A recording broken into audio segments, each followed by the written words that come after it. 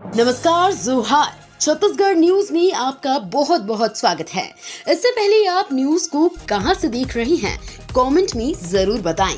साथ ही चैनल को सब्सक्राइब करना बिल्कुल ना भूलें। छत्तीसगढ़ में लोकसभा चुनाव में कांग्रेस का महिलाओं पर दाव। लोकसभा चुनाव 2024 को लेकर दिग्गज पार्टियों की तैयारियां तेज हो गई हैं। प्रत्याशियों के साथ स्टार प्रचारक उनके संसदीय क्षेत्र में जनता के सामने पहुंचकर प्रचार कर रहे हैं। जनता से वादे किए जा रहे हैं। इसी कड़ी में लोकसभा चुनाव से पहले कांग्रेस ने बुधवार के दिन लास्ट कार्ड चलते हुए एक दांव खेला है। दरअसल कांग्रेस ने महिलाओं के लिए नारी न्याय गारंटी योजना को लॉन्च किया है, जिसमें गरीब परिवार की महिला सदस्य को सालाना 1 लाख रुपए की वित्तीय मदद दी जाएगी। छत्तीसगढ़ सीएम विष्णुदेव साय ने भूपेश बघेल और कांग्रेस पर साधा निशाना।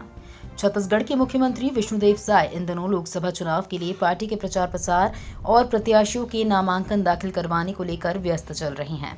लोकसभा चुनाव के दौरान सीएम साय लगातार चुनावी सभा और रैलियों को संबोधित भी कर रहे हैं। इन जनसभाओं को संबोधित करते हुए सीएम साय कई बार कांग्रेस और पूर्व सीएम भूपेश बघेल पर हमला करते हुए दिखाई दिए, जहां उन्होंने एक बार फिर भूपेश बघेल और कांग्रेस पर जमकर निशाना साधा है। भूपेश बघेल को लगा झटका। राजनांदगांव में नहीं दाखिल हुए 384 नामांकन। दूसरे चरण के लोकसभा चुनाव के लिए नामांकन दाखिल करने की अंतिम तिथि थी। छत्तीसगढ़ की राजनांदगांव सीट पर नामांकन की अंतिम तिथि खत्म होने तक 23 प्रत्याशियों ने नामांकन दाखिल किया, जिसमें बीजेपी प्रत्याशी संतोष पांडे भी शामिल हैं। राजनांदगांव लोकसभा सीट में 23 प्रत्याशियों ने नामांकन दाखिल किया। हालांकि कयास लगाए जा रहे थे कि पूर्व मुख्यमंत्री भूपेश बघेल के बयान के बाद 384 लोगों द्वारा नामांकन दाखिल किया जाएगा, लेकिन ऐसा नहीं हुआ। गोबरतक में भ्रष्टाचार किया, सीएम का कांग्रेस पर तीखा हमला। मुख्यमंत्री साय ने गरजते हुए कहा कि कांग्रेस में हिम्मत है तो वो उनके सर पर पहली लाठी मारे। मुख्यमंत्री ने जनता से ही सवाल करते हुए पूछा कि देश के प्रधानमंत्री जो 140 करोड़ भारतवासियों के लिए 24 घंटे काम कर रहे हैं, उनके लिए कांग्रेस का ऐसा बोलना क्या शोभा देता है। मुख्यमंत्री ने कहा कि आज ये कांग्रेसी हमारे मोदी को फिर गाली दे रहे हैं। कभी इन्होंने उन्हें चौकीदार चोर कहा तो कभी मौत का सौदागर कहा। अब चरणदास महंत कह रहे हैं कि भूपेश बघेल और देवेंद्र यादव मोदी को लाठी से मार सकते हैं। लोकसभा चुनाव कराने वाहनों का अधिग्रहण शुरू, अर्धसैनिक बलों की रवानगी भी शुरू। छत्तीसगढ़ की 11 लोकसभा सीटों के लिए 3 चरणों में होने वाले मतदान को ध्यान में रखते हुए परिवहन विभाग की टीम ने अर्धसैनिक बल और मतदान दलों को मतदान केंद्रों तक भेजने और वापस लाने वाहनों का अधिग्रहण शुरू कर दिया है। प्रदेश भर में इसके लिए 12,000 ट्रक व बस की जरूरत होगी। पुलिस लाइन मैदान में अधिग्रहित कर रखे 70 बसों के अलावा 150 मालवाहक वाहनों को गंतव्य स्थानों के लिए रवाना किया गया। परिवहन विभाग के अफसरों के मुताबिक राज्य में होने वाले 3 चरणों के मतदान के लिए 12,000 वाहनों का अधिग्रहण किया जाएगा। गर्म हवाओं की चपेट में आने वालों की हर जिले में होगी निगरानी। इस वर्ष अत्यधिक गर्मी और लू के पूर्वानुमान को लेकर सरकार ने हर जिले में निगरानी करने का फैसला लिया है। साथ ही सभी गांवों में लू से बचने के लिए जागरूकता अभियान चलाए जाएंगे। केंद्रीय स्वास्थ्य मंत्री डॉक्टर मनसुख मांडविया की अध्यक्षता में बुधवार को गर्मी से संबंधित बीमारियों के प्रबंधन को लेकर उच्च स्तरीय बैठक हुई। इसमें फैसला लिया गया कि गर्मी और लू की वजह से आने वाले मामले और मौतों का एक डेटा केंद्रीय स्तर पर तैयार होगा। 27 दोषियों की उम्र कैद की सजा बरकरार, छत्तीसगढ़ हाई कोर्ट ने खारिज की अपील। छत्तीसगढ़ हाई कोर्ट ने प्रदेश के बहुचर्चित जग्गी हत्याकांड के आरोपियों की सजा बरकरार रखी है। हाई कोर्ट ने चर्चित जग्गी हत्याकांड मामले के तमाम आरोपियों की अपील खारिज कर दी है। चीफ जस्टिस की डिवीजन बेंच ने याचिका खारिज करते हुए उम्र कैद की सजा बरकरार रखी है। छत्तीसगढ़ हाई कोर्ट ने अपने महत्वपूर्ण फैसले में कांपा नेता रामावतार जग्गी हत्याकांड के 27 आरोपियों की अपील को खारिज कर दिया है। बस्तर में प्रशासन अलर्ट, संभाग के सभी जिलों के कलेक्टर एसपी लगा रहे गश्त। छत्तीसगढ़ के बस्तर लोकसभा सीट में 19 अप्रैल को मतदान होगा। बस्तर सीट पर चुनाव को लेकर निर्वाचन आयोग ने तैयारी तेज कर दी है। बस्तर लोकसभा क्षेत्र आचार संहिता का पालन कराने के लिए सभी 6 जिलों के एसपी और कलेक्टर रात में गश्त पर भी निकल रहे हैं। बस्तर जिले से लगे सीमावर्ती इलाकों पर भी जिले के एसपी शलभ सिन्हा और कलेक्टर विजय दयाराम ने गश्ती के दौरान जवानों को दूसरे राज्यों से आने वाले वाहनों की जांच के निर्देश दिए हैं। छत्तीसगढ़ में एक एफआईआर के लिए 2000 से ज्यादा लेटर लिख चुकी महिला, एक का भी नहीं मिला जवाब।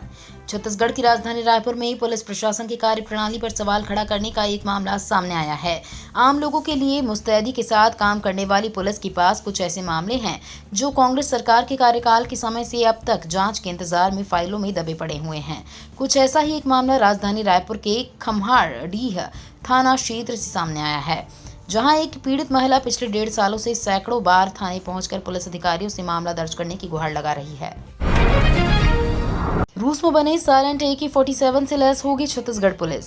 छत्तीसगढ़ पुलिस के लिए खुशखबरी है। नक्सल प्रभावित क्षेत्रों में अपनी पकड़ मजबूत करने के लिए पुलिस योजना बना रही है। इस योजना के तहत sniper rifle, night vision device और इलेक्ट्रॉनिक फायरिंग वेपन सिम्युलेटर खरीदेगी।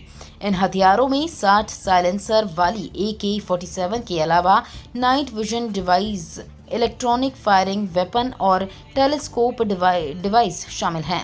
बता दें कि 2019 तक ये हथियार इजरायल से खरीदे जाते थे। इस बार केंद्र सरकार ने रूस के साथ कॉन्ट्रैक्ट साइन किया है। छत्तीसगढ़ में लालगढ़ की टूटी कमर, 3 महीने में सुरक्षा बलों ने मारे 46 नक्सली।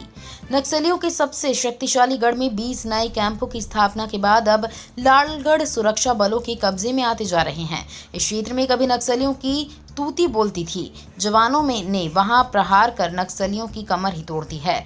स्थिति का अनुमान इसी बात से लगाया जा सकता है कि जहां वर्ष 2023 की शुरुआती 3 माह में सुरक्षा बल ने केवल 1 नक्सली को ढेर किया था, वहीं इस वर्ष अब तक 46 नक्सलियों को मार गिराया है। अभी भी ठीक नहीं हुए पंडित प्रदीप मिश्रा, बिलासपुर में होने वाली शिव कथा रद्द। मध्य प्रदेश के अंतर्राष्ट्रीय कथावाचक पंडित प्रदीप मिश्रा की तबीयत खराब होने की वजह से बिलासपुर में होने वाली शिव महापुराण कथा को रद्द कर दिया गया है। दरअसल कुछ दिनों पहले नारियल लगने से उनके सिर पर सूजन आ गई थी, इसलिए डॉक्टरों ने उन्हें आराम करने की सलाह दी है। बिलासपुर में शिव महापुराण कथा 11 से 15 अप्रैल तक रहेंगी। चक्करभाटा में होने वाली थी। अब इस कथा की जगह त्रिपुर सुंदरी महायज्ञ हवन और भगवान शिव का अभिषेक होगा। ये कार्यक्रम 9 से 17 अप्रैल तक होगा। छत्तीसगढ़ के एक और जिले में डायरिया का कहर, 11 मरीज मिले। डायरिया प्रभावित क्षेत्रों में शिविर लगाकर प्रभावितों की जांच की गई। प्रभारी CMHO डॉक्टर प्रमोद तिवारी के मुताबिक बछेरा पारा में डायरिया के 11 मरीज पाए गए। उन्होंने इनके स्वस्थ होने की पुष्टि करते हुए बताया कि आज कोई केस नहीं आया। नगर निगम कमिश्नर अमित कुमार ने प्रभावित क्षेत्र का जायजा लिया तथा नाली के अंदर से गुजरी पाइपलाइनों को बदलने कहा। वहीं स्वास्थ्य विभाग की ओर से शिविर लगाकर मरीजों की जांच की गई। राष्ट्रपति ने लॉन्च की पहली स्वदेशी कार T-सेल थेरेपी। राष्ट्रपति द्रौपदी मुर्मू ने IIT बॉम्बे में आयोजित एक कार्यक्रम में कैंसर के इलाज के लिए स्वदेशी रूप से विकसित कार T-सेल थेरेपी की शुरुआत की। IIT बॉम्बे और टाटा मेमोरियल सेंटर द्वारा विकसित ये जीन आधारित थेरेपी विभिन्न प्रकार के कैंसर को ठीक करने में मदद करेगी। ये भारत की पहली मेड इन इंडिया कार T-सेल थेरेपी है, जिससे इलाज की लागत में काफी कमी आने की उम्मीद जताई गई है। भूखी रहकर मर जाऊंगी मगर मोदी के फोटो वाला राशन नहीं खाऊंगी, ममता बनर्जी की जुबान फिसली। पश्चिम बंगाल की CM ममता बनर्जी ने PM नरेंद्र मोदी को लेकर अजीबोगरीब बयान दिया है। एक चुनावी सभा में ममता बनर्जी ने कहा कि केंद्र सरकार की ओर से मिलने वाले राशन के पैकेट पर PM नरेंद्र मोदी की तस्वीर लगी है। उन्होंने कहा कि मैं भूखी रहकर मरना पसंद करूंगी मगर मोदी की तस्वीर वाले राशन को नहीं खाऊंगी। तृणमूल कांग्रेस की प्रमुख ममता बनर्जी के इस बयान पर बीजेपी ने उन्हें घेर लिया है। बीजेपी नेता सुकांता मजूमदार ने भाषण के दौरान आपत्तिजनक संबोधन के लिए CM की आलोचना की है। ये तो थी आज की बड़ी खबरें। अगर आपको न्यूज़ पसंद आई हो तो वीडियो को लाइक और शेयर करना बिल्कुल ना भूलें। धन्यवाद।